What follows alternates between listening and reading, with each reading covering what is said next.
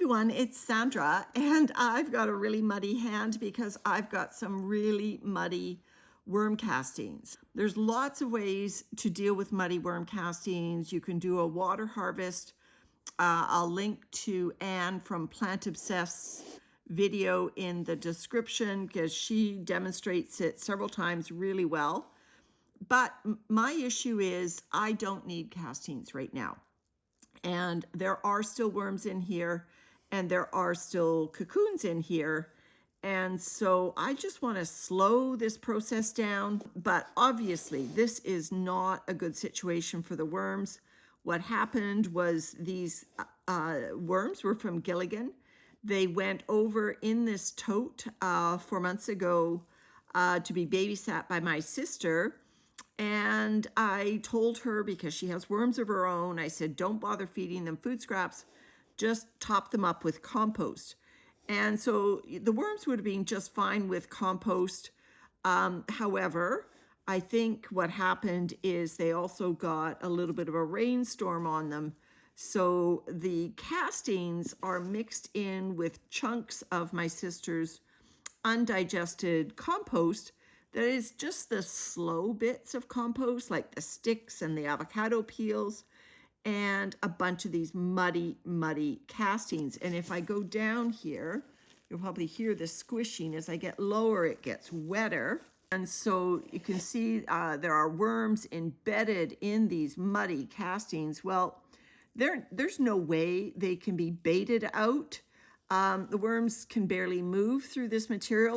My issue more is, how do I preserve these worms, give them some much needed air, and also just slow down this process because I don't need to water these castings and put them out into my garden right away.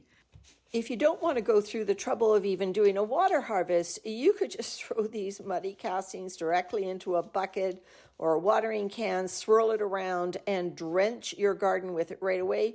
But of course, that's going to ignore all these trapped worms. So as I turn this over, you can see that this is where the worms are embedded in these muddy castings.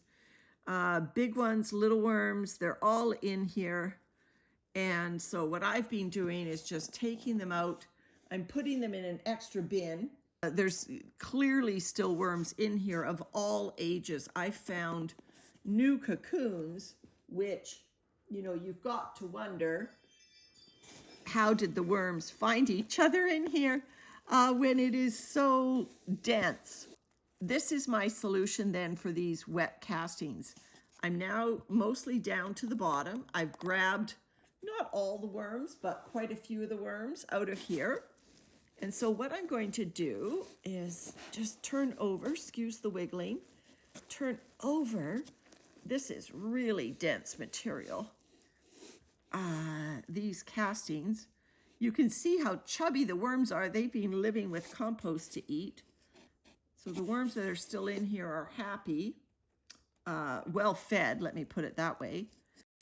You'll notice that I'm not going to try to dry out these castings, especially by exposing them to sunlight.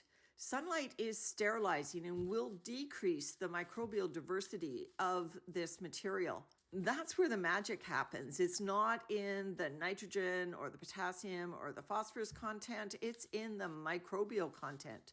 So you need moisture and you need darkness to preserve that so that it will benefit your garden. So once I'm down the bottom, I keep finding more worms. Once I am down the bottom, what I'm going to do is I'm actually going to introduce more material to aerate this bin. And it won't dry out these castings enough to be siftable. That's not my goal.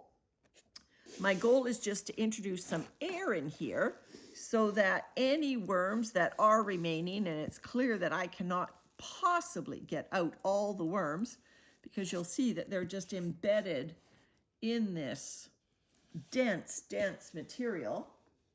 So my goal is to get down the bottom. There we are, down at the bottom, where it's almost standing water.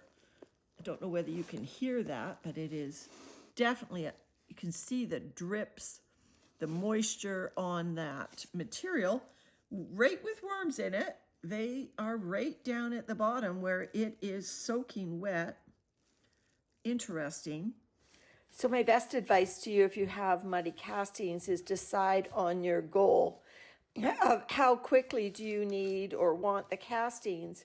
And if you're like me and you can wait a while, maybe you decide what I do, which is to add more carbon. I'm going to grab a handful of some, I'm not going to call it sawdust. In fact, it's not sawdust. It's more like a fine wood chip. It's from our apple tree that fell over. And so I'm just going to grab a handful of that and I'm going to put it right down the bottom. So that's going to offer air. And then I can take this moist, muddy casting, well, not even moist, muddy castings mixed with compost, and I can put it on top.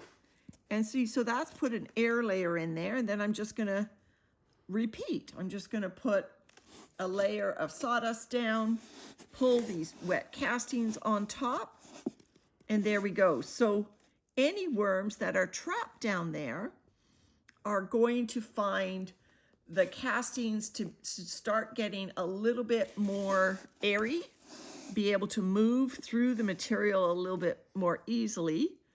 When I see cocoons like that, that's obviously one of my Vancouver Island worms. Look at the size of that cocoon. I'm going to put that aside, put that in a worm bin. So you see, so these muddy castings will sit on top of that layer of sawdust. Now, it's not the worms that will eat through this material. It's the microbes that are left in these muddy castings. The moisture in the castings will keep the microbes thriving, and they will start chomping away on those wet, or they'll moisten up those bits of wood chips, and they will go right through them.